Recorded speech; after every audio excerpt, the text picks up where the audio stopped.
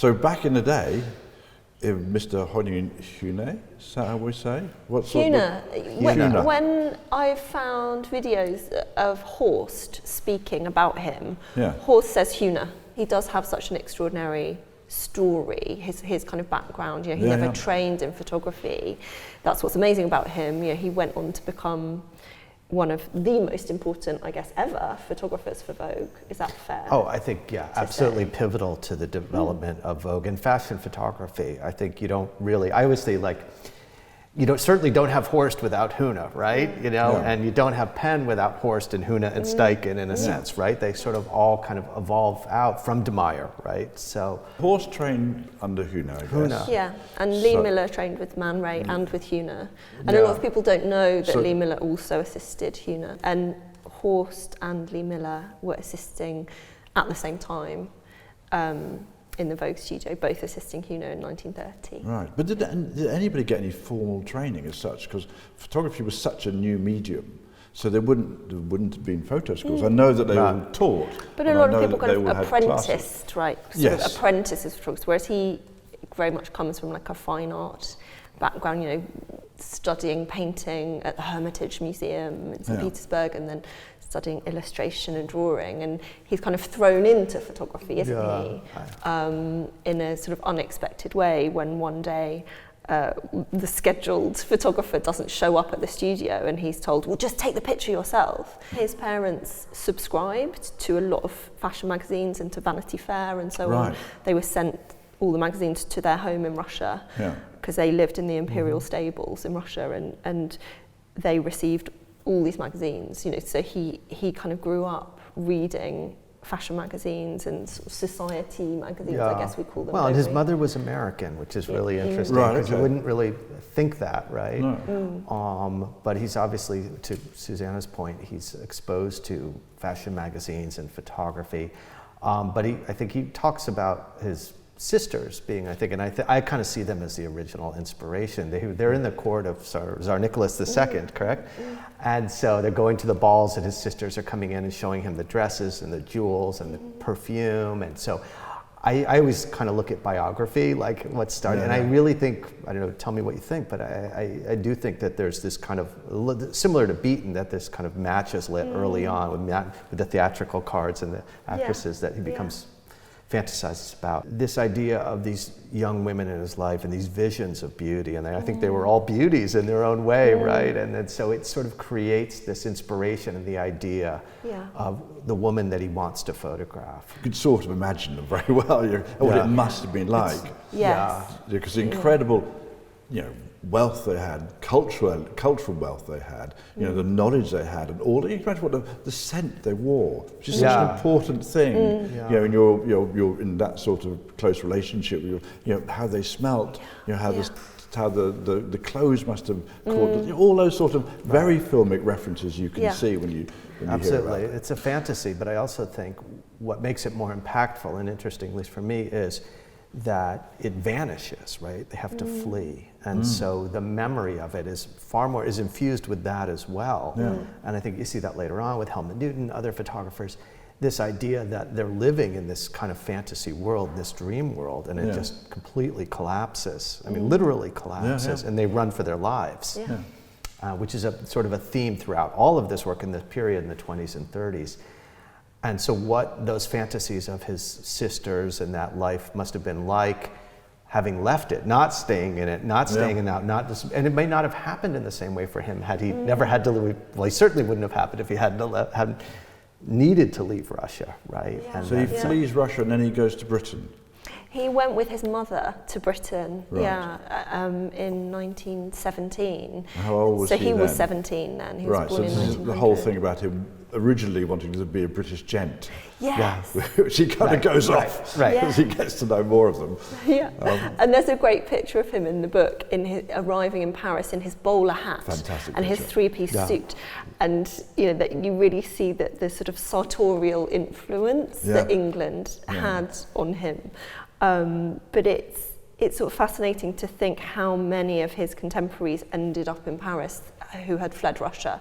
You know, he had this very gilded childhood, this very privileged upbringing with private tutors, and you know, he was taught about art from the director of the Hermitage Museum in St. Petersburg, and you know, he had this magnificent life, really. He's very much part of that circle of people in Paris who weren't really trained to do anything as a profession because they were very wealthy in Russia, but they left everything behind and had to start over afresh in Paris, right? Like so many of those models. And what's fascinating about the models is that it was quite kind of risque and scandalous to be a model. I mean, we think about the supermodels now, and they're these kind of heroes, right, of culture.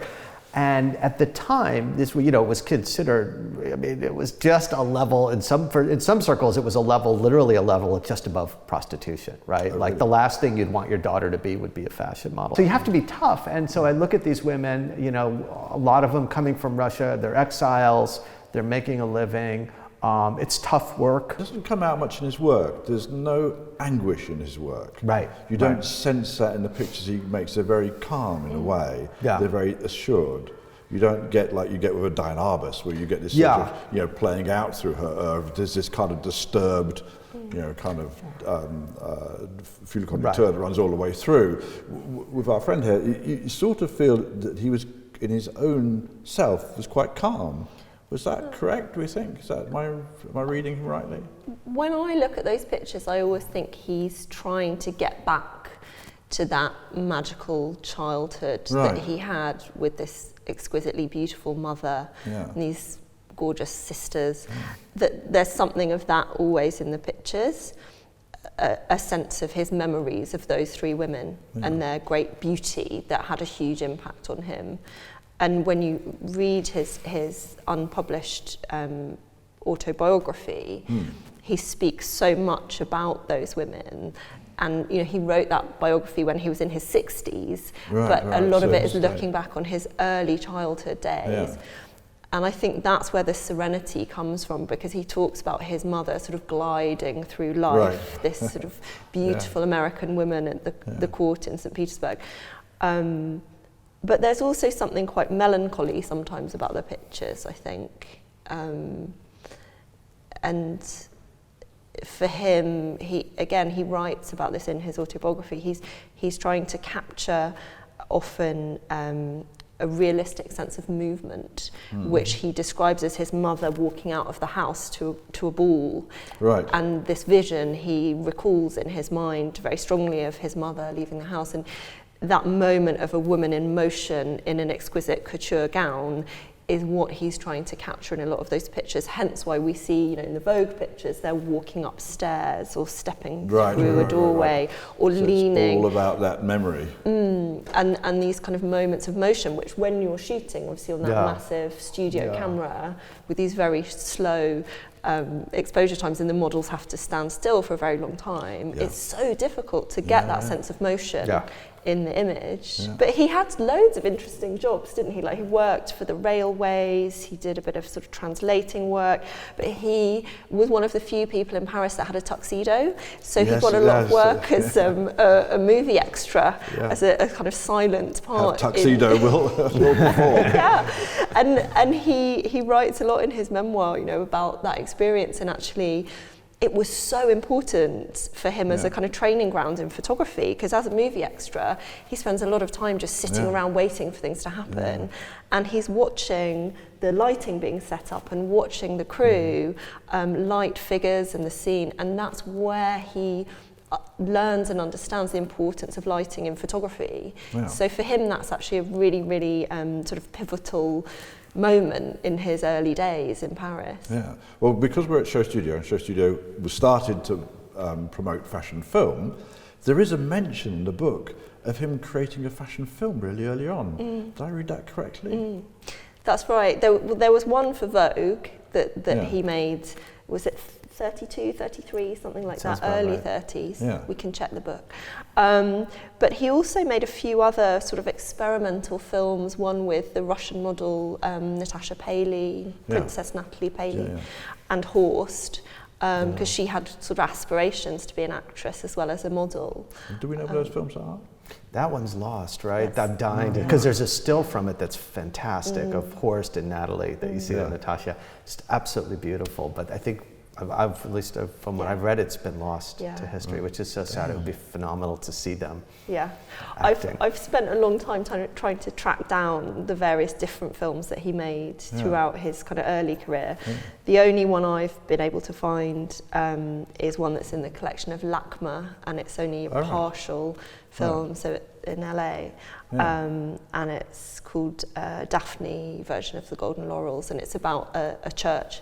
So it's a sort of documentary film. It's not a fashion film. Right. So it's really tantalising because we know he made these extraordinary fashion films, and the Vogue archives don't have them. His own archives don't have them. Fashion photography used to have such a bad rap. I mean, it used to be really kind of dismissed as almost sort of trade photographs, which is strange because you think of the people that he was photographing and the clothes they were wearing and the artistic community he was in, they're all kind of bona fide blue chip, you know, Schiaparelli, Dali, Cocteau, they're all kind of recognized. But why the photography as an art form gets so relegated to this kind of trade thing, that's, it's strange. It's just, I know there's a lot of snobbery around. Do you want to take that? It's a big one. It's a huge one. It just makes me think of the books that he published in his lifetime, because it's so interesting that having shot masses and masses of fashion pictures for Vanity Fair, for Vogue, Harper's Bazaar as well, the books that he chose to publish were all his travel pictures, photographs from Mexico, photographs from Greece, photographs from Africa. He didn't publish books of his fashion pictures, I guess because he thought people wouldn't buy them. Yeah, and I think, I always sort of go back to the museum curators, and I think for museum curators, and I've talked to some about this, it can be a real struggle to acknowledge work that was done on commission or for a fee as opposed to work that is done as fine art work. And I think there's this kind of sort of core belief that it's very hard to accept that as part of the canon of fine art photography, because they, again, it's also always about scarcity in the art world, in the fine art world, right? And it's about having kind of a ring around something to kind of understand value and importance. I think a lot of curators are actually misguided in that belief, because I think when we go 50 or 100 years out, this work is going to become more and more important, because I think fashion photography is such a reflection of the culture at the time. And it is so, as you know as a photographer, the work is so personal. So the idea that just because it's a commission that it's not personal or there isn't an artistic vision is really thin and I think silly. But I think certainly in the 1970s, and even among people in the magazine world, it was seen as something different. And so even maybe for Huene or Horst, yes, their prints were important, but it was still seen as something different. Even, we know some of the photographers who work for Vogue were doing editions of 100, doing editions of 50, doing editions of 100 to sell prints early on, because you said, each print can't be that valuable because it's a fashion photograph, right? The photography market hadn't really developed, right? So a print isn't that valuable. And now, today, those prints that you could have bought in the 1980s for $800 might be $80,000 or $800,000. So there's been this enormous shift forward. And I think it's interesting, but to your point, how did they see themselves? We know that Horst and Huene were very much part of cafe society. They were hanging out with Man Ray, they're hanging out with Jean Cocteau and everything that's going on in cafe society between the wars. They're totally aware of all of that. And Horst had studied with Le Corbusier, so there's all this kind of interesting stuff, so how they managed that is quite interesting. And did they really just see themselves as kind of artisans? And I think they knew it was more than that, but I think the museum world, even photography in general, right? I mean, we know the fine art photography market doesn't really kick in until the 70s. There are museum shows at the Museum of Modern Art before. They are acknowledging, Don Sazerkowski, of course, is acknowledging photography in a real way. But it's fascinating. It must have been hard in a way, because I think they knew what they were doing was important to themselves, and they knew that the pictures were legitimate, but a lot of the world would not recognize it. But I think there's also something that plays into fashion not being taken seriously in media and culture throughout England specifically and North America as opposed to France, Italy, etc., etc. Because we are Protestant cultures on the whole, and in Protestantism, sort of vanity is considered a sin. Right. So. Well, and my wife Lisa and I is here. We speak about this. She's a fashion stylist, and we talk about this. I think there is, and this is Lisa's point, which I think is a really good one. There is probably an inherent sexism too, right? Fashion is for women, so it's not taken seriously. No. And I think that is just absolutely sexist, and I think she's absolutely right. And so when you start with that there's a sexism beneath it, and then it's for commerce, right? Yeah. It's on commission, they're being paid. For a museum curator, a male museum curator, let's say, going back 30 years from now, it's a very hard one to take, right? Their instinct is going to be like, no, that doesn't count. Which is extraordinary that Philippe was able to do a photography-only sale in the early 70s at Sotheby's. It was prints, drawings, and photographs, right? It was works on paper. Yeah. And that in the early 70s, he was able to acknowledge that photography really belonged to be stood on its own. It belonged on its own as an auction and a sale, and so it creates the market. But yeah, I think it's all those things. On commission, it's sexism. There's all of those things that will kind of make it very easy for people in the museum system and in the gallery system, for that matter, to push it back, to not have it. Again, it's all about scarcity, right? It's all about value. It's all about we decide the canon, we decide what's important, and we've seen this when it comes to inherent racism as well, right? Yeah. It's very easy to discard or ignore the work of somebody who's not part of the system, right? Who's not been allowed into the system, is not being important. Yeah. Was it Avedon that said that he considered himself more like a tradesperson, more like a plumber? Yeah. That's how he felt about what he was doing. It was a trade. You got the photographer and... Yeah, and you had a lot of artists. I mean, Alex Lieberman was an artist, and he was also an art director, and he saw a difference between his artwork, his painting, and his sculpture, and the photography that he did and the art direction. Again, this was just seen as something different. Yeah. And today I think we're much closer to really acknowledging it as art, and there's much more like your work, Nick, and some of the important photographers working today. We acknowledge it as art. I just want to talk a little bit, in case we move on and miss it. There's a thing that I always had in my mind, that there were three gentlemen photographers. There was George Hoyningen-Huene, there was Hoyningen-Huene, and then there was Horst. Obviously, Horst and Huene are linked amorously and professionally. Yeah. Where does George Platt-Lyons sit in that little moment? Because the work's very similar. I might say similar, I mean only that in a good way. I mean, they're pulling on a similar sort of lighting, a similar sort of reference. They're all in the studio, it's all a kind of big spotlights, deep shadows, it's a drama. That is all the way through. One of the biggest differences, Platt-Lyons is in the US, he's in America. And so, you've got Paris and you've got New York. And George Platt-Lyons is very much an American. He comes from American society, and he really comes with they are contemporaries in terms of when they're working, and there's a similarity, but it's a European aesthetic and an American aesthetic. It's a very different life. He does go to Europe. Platt-Lyons goes to Europe, of course, as everyone did. He had to go to Paris. He goes to Paris, and I think finds himself in a lot of ways.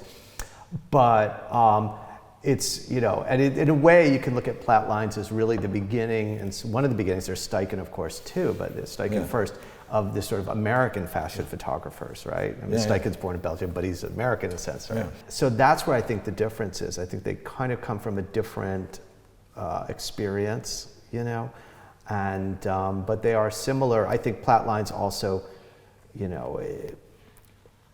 again, in terms of the personal work, I mean, they all do nudes, they all do male nudes. Platt-Lyons goes much farther with his nudes, right? So he's much more kind of adventurous. But I definitely think you see an influence on Huene. Like, he must have known I'm sure. Platt-Lyons' work, and when Huene moved to America in the mid-30s, they probably met, right, at some point. One would think that, I would have to think about it, but one would think they probably would have crossed paths. Yeah, they would have been in the same circles. Like these, you really get a sense of kind of strong connection. My wonder is if the fashion photographic studio became a little bit of a safe haven, a safe space for young, sensitive homosexual men who couldn't articulate their passion outside of this, and was sort of disguised it a bit in fashion. Yeah, so, they were what referred to as confirmed bachelors, was what they used to refer to them to, and tell you. You'd read in Vogue, and this gentleman is a confirmed bachelor. And I think, they were, and this is what's, I think, interesting about Condé Nast, the man and the space, and when you look at Vogue and the other magazines, that this was a place where women could work and excel and have positions of power and authority. Edna Woolman Chase, of course, the editor-in-chief of Vogue for 38 years, and homosexual men could work and be successful and get paid and be on contract in a place, and oftentimes possibly quite effeminate men who would not be hired in traditional workplaces. One of the things you think about the 60s counterculture and everything that happens during that time and how joyful it was, right? Peace, love, and all those things. A lot of people, I think, got left behind. Right. We have to remember that. If you look at the Eisenhower era in the United States in the 1950s, the post-war era, very prosperous but very conservative, right? And then when the 60s happened and sort of the hippie movement and that cultural revolution, that counterculture happens, for instance, with Horst, Diana Vreeland becomes editor-in-chief of Vogue, and she says, we're not going to have you shoot fashion anymore, we're going to have you photograph homes with his partner Nicholas Vreeland, and they travel around the world. He finds this new life. But a lot of people got left behind, I think, and I think because everything changed. And imagine how hard it would have been for Huene. He ended up going to Hollywood to think. For a lot of those people who were in that safe space, the culture completely changes, particularly in the 1960s. And you just think of all the models, all the photographers, people who were not relevant anymore. We talk about Horst and Huene and that generation as opposed to David Bailey and Helmut Newton, right? I mean, such strong personalities, brilliant talents, but in a completely different way, right? And in a different kind of photography. They really, they were very forceful personalities and very forceful creatively. And I'm repeating myself, but it leaves a lot behind. A lot is just no longer relevant. And when we saw that again recently, what's relevant? Fashion photography has to be relevant to be important, I think, during a time. If it's not, then it's meaningless. It has to be relevant culturally, and we've just gone through a period of a complete reshifting of relevancy and what's important. But maybe Cecil Beaton is quite a good example of someone who, he was born, 4 years after Huene, but he really was able to make that leap and stay kind of current in the 60s, whereas a lot of his contemporaries, weren't able to do that at all. And my favorite Beaton story is that, his nickname among the 60s school set was Rip Van With It. And he was obsessed with Mick Jagger, he follows the Stones to Morocco, and he writes in the diary, he's like, there's this other guy, Keith, but I'm not quite sure. I think he's in the band too. And he's obviously a gorgeous picture of Keith Richards. Who is the band, right? And but he's obsessed with Jagger, right? And he's and to your point, why Beaton stays relevant is because he understands what's happening in culture and he wants to photograph it and he wants to be part of it. Because I think it's important for people who will listen to this to understand what sort of photography he did. Now, this lovely camera somewhere behind me, that 10x8 camera, is a smaller version of the 10x8 camera that he used. And the lights he used were so hot. And Condé required them to use an 8x10 camera. That was a requirement. And there's, of course, the stories of the models passing out on set from the heat, and they even had stand-ins, I think. And that's one of the things, from my mind. It is extraordinary. Again, we talked a little bit about, there was no photography school necessarily, right? They were just learning from one another. They were apprenticing, learning from one another. And I think learning is by doing. I think they were experimenting. It was so hard to take a picture. Just to take a picture was so difficult technologically, and that they were able to do Huene was able to do such amazing work under those conditions. One frame at a time. And it's just extraordinary. It's extraordinary. When you look at those images of him at work, it's very telling, knowing what we do about him as a sort of dapper, sort of fashionable chap, that he's stripped down to his white vest. Absolutely. Because of the heat of the lights and the tension of it all.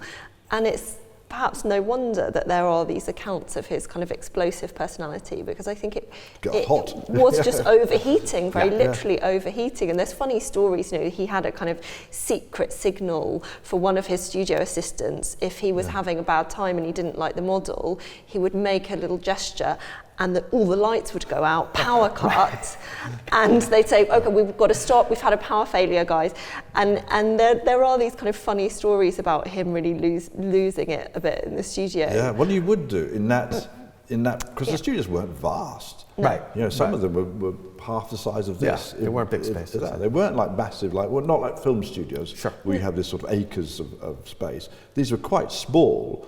And you know, if you've got a couple of those old lights in there, that really heats up very quickly. Whatever the temperature is outside, if the temperature does happen to be, if you're photographing in July, you know, it must have been a furnace in there. Absolutely. And remember, quite often he's shooting in the middle of the night, because during the couture presentations twice a year, the only time of day when those garments are available for the photographers is in the middle of the night, when the buyers and the visitors aren't there. So the garments would be sent over to Vogue's studio, and then he's kind of shooting through the night to send those garments back to the fashion houses early the next day. So that's a kind of another layer of the stress of it all. But I kind of love that idea of this great hive of activity at sort of 3 a.m. I mean, I love the fact that I read in the book that he says that the studio had to be silent. Yeah. Fantastic. Right. Totally adhere to that. Total focus. It doesn't. There's a funny thing. There's such a psychology of the studio. And I find it really fascinating, down to what they wore, you know, to what music they listened to how they behaved, you know, and the assistants. There's a real thing about that, because those moments are quite pressured. Yeah. You know, when you're working with a camera like that, you haven't got much film. It's going to be, I don't know how many sheets he would shoot. Yeah, like 10, not a lot, 20, but 10 or 12 probably. Yeah, it wouldn't be like click, click, click, click, click. Exactly. You know, it would be in that. So I think there's something sort of fascinating in that. But that was something he was so good at, wasn't it? Like in the studio space, creating this sort of illusion of being outdoors. outside. Often he would kind of cover the whole floor with sand, and they look like they're at the beach. And he writes a lot about trying to recreate the beautiful, strong sunlight of Greece. And he's trying to do that in the studio to really create a convincing kind of outdoor world in that interior space. And occasionally he would take the models up onto the roof of the Vogue building. The famous one is the divers, what looks like a horizon. You think, how lovely, sitting there with the sea in front of you, but they've got a small wall at Vogue and done nothing else. Right. Yeah, it's on the roof. And the kind of hustle and bustle of the shoppers on the Champs-Elysees directly below them. But it's such a kind of peaceful, serene picture. It's sort of hard to believe it's on top of that building. And it's really an image that, you know, we talked a little bit before about, the difference between fine art photography and fashion photography. That image completely transcends the context in which it was done. There's no question that is a masterpiece of modernist art, 20th century photography. That will hold up. If we go 100 years from now, when we look at masterpieces of photography, that picture will be one of them. It's totally abstract, right? And it's a bathing suits picture, right? It's Lacoste, you know, and even in American Vogue, when it first ran in American Vogue, it ran quite small, which is astonishing. It was not a big picture. It was a bathing suit, it was for a swimsuit story, which again, this athleticism we're seeing during that time that's starting to come and play, it's a swimsuits picture. But it's this masterpiece of photography, and how he got there and he got on the roof and conceptualized that image is just extraordinary. The energy they're able to create in those images using this kind of camera, using an 8x10 camera with the lights. And sometimes there are those moments, there's a Lee Miller picture that's in the book, that feels so modern. Some of the pictures you look back and go, okay, that's definitely the 1920s. It's a wonderful image, but there's no question. It's like the divers. I mean, there is something just timeless about it, right? And there are moments in some of those pictures that could have been taken a year ago. You know, you look at it, you think it's really so modern. It's really not of a certain time. It is a modern, cool woman, but it's 1928. But I think what's interesting, again, with Huene and Horst, that they are black and white photographers who are able to transition to color. Horst does it with his interiors photography, right? In the 60s. He really switches over and starts doing all these interiors, and he's really good at it, right? Not surprisingly.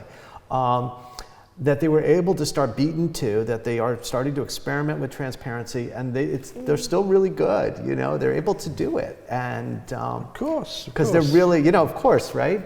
But it must have been hard, because these are black and white photographers. They see the world graphically in black and white. But again, I think there's also an open-mindedness to the way that they work, that they keep kind of progressing. And even Huene, who essentially gives up photography, we're practicing as a magazine photographer, but he goes to Hollywood and he meets George Cukor, and he's working in Hollywood and working on color. Like, he evolves. Because he brings his sensibility to color, which is so great. He evolves. And again, we talked about this idea of people being left behind in the 60s and things are changing, but they evolve. Like, Huene goes to Hollywood, he works on films, he understands there's a place for him, he teaches. he's working as a colorist. Somebody who spent most of his career doing black and white photography is working on a colorist on films. It's fascinating. And imagine for George Cukor or somebody like that, what Hoyningen would bring to a movie, right? The aesthetic, the understanding, the sensibility, the experience. And we see it with Beaton, of course, in costume and set design. He wins an Oscar, right? Yeah. And we see it in Horst with interiors, like he's a really good interiors photographer. It's all in color. It's done really well.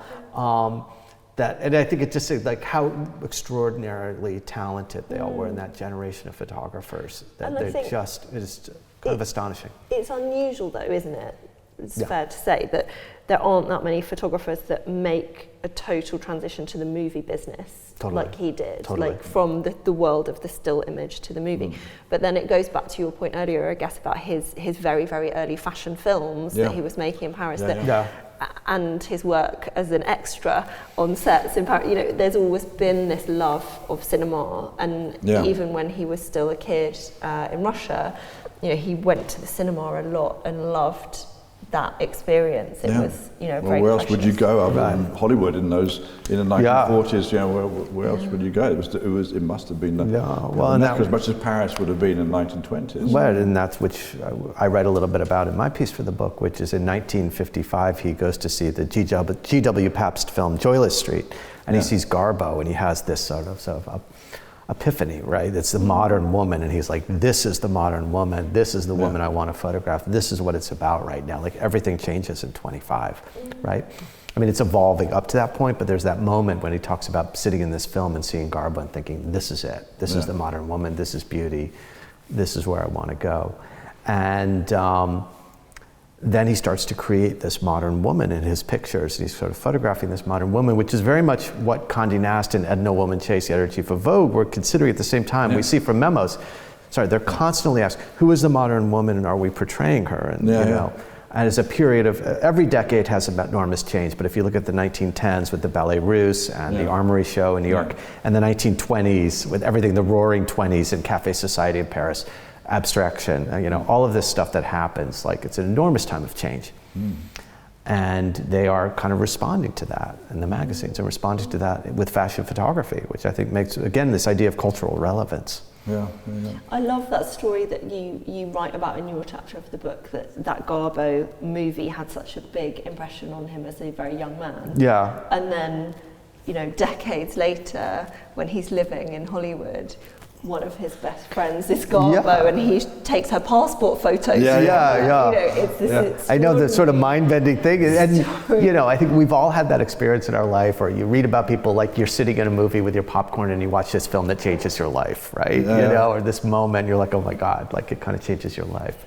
And he kind of has this moment, Garbo's on the screen, and then he ends up photographing her and becoming friends with her and knowing her and doing her passport photo.